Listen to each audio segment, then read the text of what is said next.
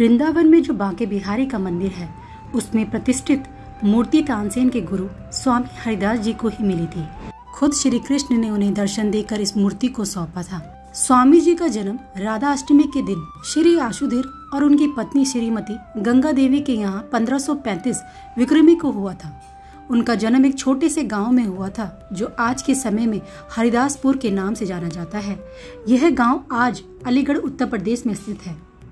स्वामी हरिदास जी के बारे में जानो तो एक सवाल मन में उठता है कि आखिरकार क्यों उन्हें ही हरि के रूप श्री कृष्ण के दर्शन हुए।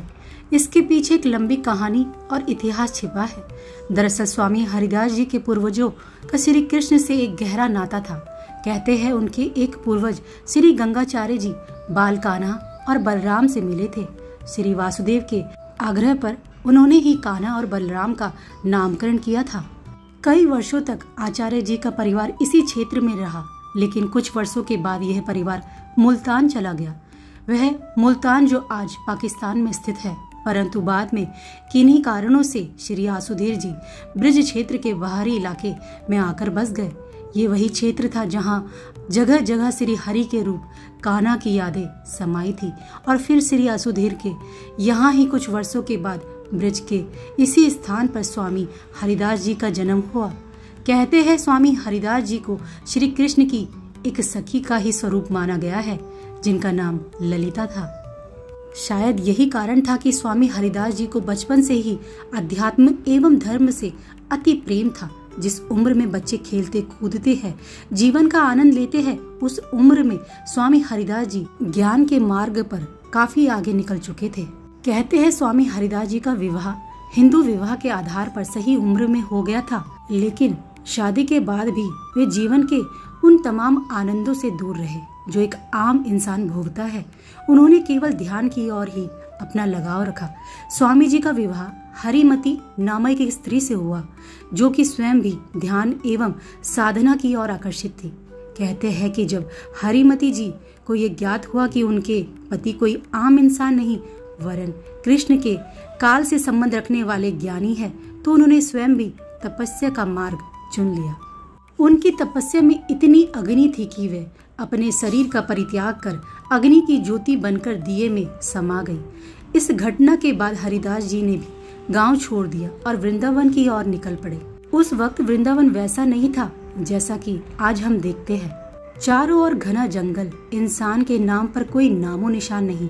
ऐसे घने जंगल में प्रवेश लेने के बाद स्वामी जी ने अपने लिए एक स्थान चुना और वहीं समाधि लगाकर बैठ गए।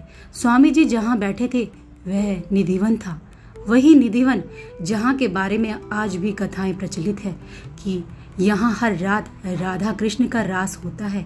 कहते हैं आज भी कान्हा यहाँ आकर रोजाना रात्रि में गोपियों संग रास लीला करते हैं, लेकिन जो कोई भी उनकी इस रास लीला को देखने की कोशिश करता है वह कभी वापस नहीं लौटता। वृंदावन के इन जंगलों में बैठकर दिनों, महीनों और वर्षों तक स्वामी जी ने नित्य रास और नित्य विहार में तप किया।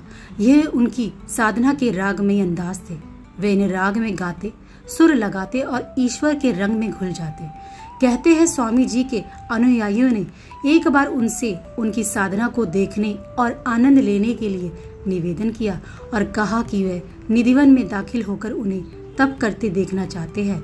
अपने कहे अनुसार वे सभी निधिवन के उस स्थान पर पहुंचे भी, लेकिन उन्होंने जो देखा वह हैरान करने वाला था।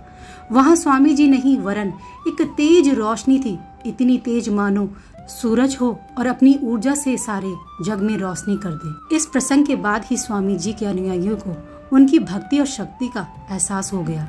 स्वामी जी के निवेदन से ही श्री कृष्ण और राधा उनके समक्ष प्रकट हुए थे और उन्हें जाते जाते अपनी एक मूरत सौंप गए।